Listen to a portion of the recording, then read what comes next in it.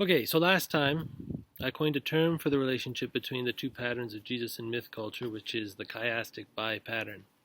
That is, conceptually, Jesus' pattern crisscrosses the pattern of myth, inverting it and subverting it, as they both unfold simultaneously. And so I propose that the genre of the gospel accounts best defined as the genre of biblical chiasm. So what we'll do today is we're going to delve into the proposal of these two patterns and the relationship. And this proposal of the chiastic bi pattern is the method that we'll deploy toward ascertaining whether Jesus is mythological or not. And this is how we'll test whether Jesus conforms to the pattern of myth or not. And obviously I'm proposing with this chiastic bi pattern that Jesus is the opposite of the myth culture, that he is not myth. So to reiterate, I propose that the gospel accounts consist of two patterns, the myth culture's pattern as well as Jesus' unique pattern. And these two patterns are not the same, but they oppose one another. So I'm proposing Jesus fails to conform to the pattern of myth, and that this shows he's not mythological.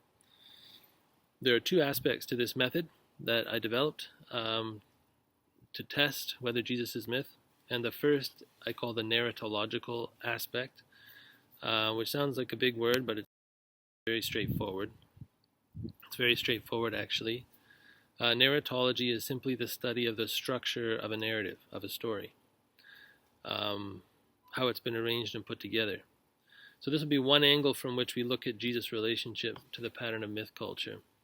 The sort of narratology employed here descends from the work of scholars like Vladimir Propp and his morphology of the folktale, and the combat myth study of Neil Forsyth in his work The Old Enemy, Satan and the Combat Myth, as well as Joseph Fontenrose's work Python, a study of Delphic myth and its origins. So these three scholars were helpful to me.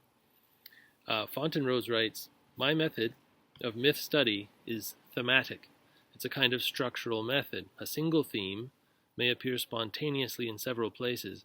A pattern of themes must have a single origin." So the idea here is that if we can observe the same pattern of themes in multiple myths, written in diverse times and places, languages and cultures, and yet it's the same pattern, then they must share a common origin. And more practically speaking, this means that myth, the combat myth, has a typical sequence of events with shared meaning. So for our purposes, this enables us to test whether Jesus' life, as recorded in the gospel accounts, conforms to the combat myth pattern or not, and then answer our question, is Jesus mythological? Forsyth, another scholar I just mentioned, for his part, drew from the work of Propp and Fontenrose, and he identified that the combat myth, wherever it's found throughout human history, tends to have a 12-motif sequence of events, as shown in a table that I put on the slide last time, and we'll see it again today on the next slide, actually. And Forsyth writes that each of the 12 features of the schema in a table, in the table that we'll see in a moment, represents a significant incident in the plot structure of most ancient combat narratives. So typically, we have 12 events that occur in the same sequence in any given combat myth. Now, these myths are usually the central myth of a given culture or society, as we mentioned. And they include myths like the Bel Marduk versus Tiamat myth, which is central for ancient Babylonia, the Babylonian culture, as well as the Zeus versus Typhon myth, which is central to Greek culture. And we could list dozens of others, of course, but these two myths, at the heart of these two myth cultures, the Babylonian and the Greek, they're going to be representative for us here to see exactly in detail what these myths consist of, and then we'll be able to compare the details of the gospel accounts, compare Jesus to these myths. So this is all towards answering our question, is Jesus actually mythological or not? And we saw last time that early church father Justin Martyr compared and contrasted Jesus with the many sons of Jupiter or Zeus, and the Roman emperors as well, who claimed sonship of the gods, claimed to be gods. Much of Justin Martyr's audience believed in these gods and imitated their behavior at the time, because that was their culture, to believe these central myths of their culture and then to imitate the gods that they believed in. So here again, we see the 12-motif hero pattern of the combat myth. And this time, we flesh it out with a brief summary of the details as they are in the example of the Zeus versus Typhon myth. So this is the Greek combat myth. And the 12 motifs are, firstly, lack and or villainy.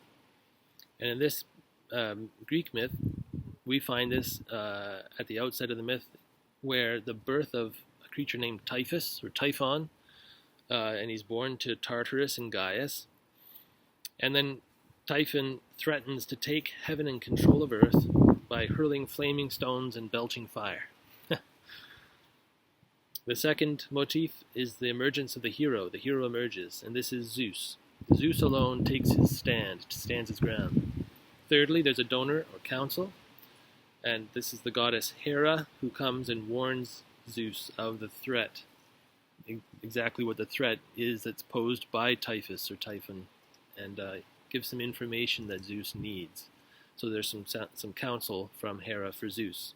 The fourth motif is a journey, and here the journey is the other gods, every god except Zeus, fleeing, running away to Egypt, so that Zeus is left alone, and Zeus sees Typhon and takes his stand against Typhon. So fifthly then, the battle ensues. Zeus pelts Typhon with thunderbolts from a distance, and then moves him with a sickle and wounds Typhon, who flees, and Zeus follows and grapples him. Sixthly, defeat. So this is where the hero is defeated. Typhon captures Zeus in his coils and takes Zeus's sickle, and severs his sinews and takes him to his cave. And seventhly, there's an enemy ascendant. Well, the enemy is ascendant. So Typhon, the villain god, hides Zeus's sinews in a bearskin and sets a dragon nest to guard them. So this is a low moment for our hero. Eighthly, the hero recovers. Hermes and Agapan, two other gods, evidently come along to recover the sinews for Zeus to help him and restore them to him. So Zeus gets his strength back. And then ninth, battle rejoined. Now Zeus has his strength back. He can go after Typhon once again. So Zeus renews the battle, mounts his chariot, and hurls thunderbolts at Typhon. 10th, then the victory. Typhon flees and then stands his ground to fight, and Zeus casts Mount Etna, as the myth goes, upon Typhon and pins him down. So Zeus is victorious, almost. Well, essentially he's victorious at this point. So the final two motifs are the 11th, where the enemy is punished. Zeus imprisons Typhon in Tartarus under Mount Etna. And 12th and finally, triumph. Zeus recovers Olympus and rule of the world for himself and the other gods. So there you have it. There's the 12 motifs of the combat myth as they occur in the Zeus-Typhon combat at the heart of Greek culture. And this pattern is typical of myth and myth culture, these 12 motifs in this order of events. And here we can see more clearly why the generic title for each motif is what it is and the sense of the order in which they occur.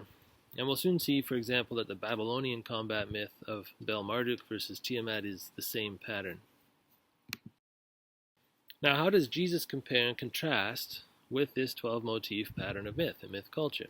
Well, I'm proposing that it will look like this, as depicted on this table. And we'll talk more about the episodes in a moment when we turn to the social science aspect, the second aspect of our method. But focusing on the motifs here in the combat myth, which is the narratological aspect, you can see that I'm proposing that Jesus' pattern will be found to be inversive of the order of myths motifs in each episode. That's the X, the black X you see there. So in red are myths episodes and the 12 motifs we just went through with the example of Zeus and Typhon. And you'll see that Jesus motifs in blue are in reverse order. So in sequence, there's a reversal. So Jesus' pattern will be found to be inversive of the order of myths motifs. And with that, Jesus' pattern will be subversive of the meaning. So not only inversive in sequence, but subversive in meaning. And part of the subversion of the meaning is the inversion of the sequence. And we don't fully understand what that means yet, but we will when we start actually looking at the differences between Jesus' identity, speech, and behavior, and those of everyone around him. But for now, this image will show us conceptually what we're proposing. As I state in the book, the pattern of the biblical God in Jesus Christ crisscrosses the pattern typical of the gods of myth within the gospel account. As such, I argue that Jesus, quote-unquote, fails to conform to myth's pattern, or succeeds in being non-mythological. And concurrently, those around Jesus who oppose Jesus in the gospel accounts adhere to the pattern of combat myth motifs in sequence and significance. So we'll see that those who oppose Jesus follow the pattern of myth that we just rehearsed with Zeus and Typhon. So it's everyone around Jesus who fail to be non-mythological, or everyone else is mythological except Jesus. So this is the narratological aspect, the comparison and contrast of the motifs of the combat myth pattern with the motifs of Jesus' life as recorded in the gospel accounts.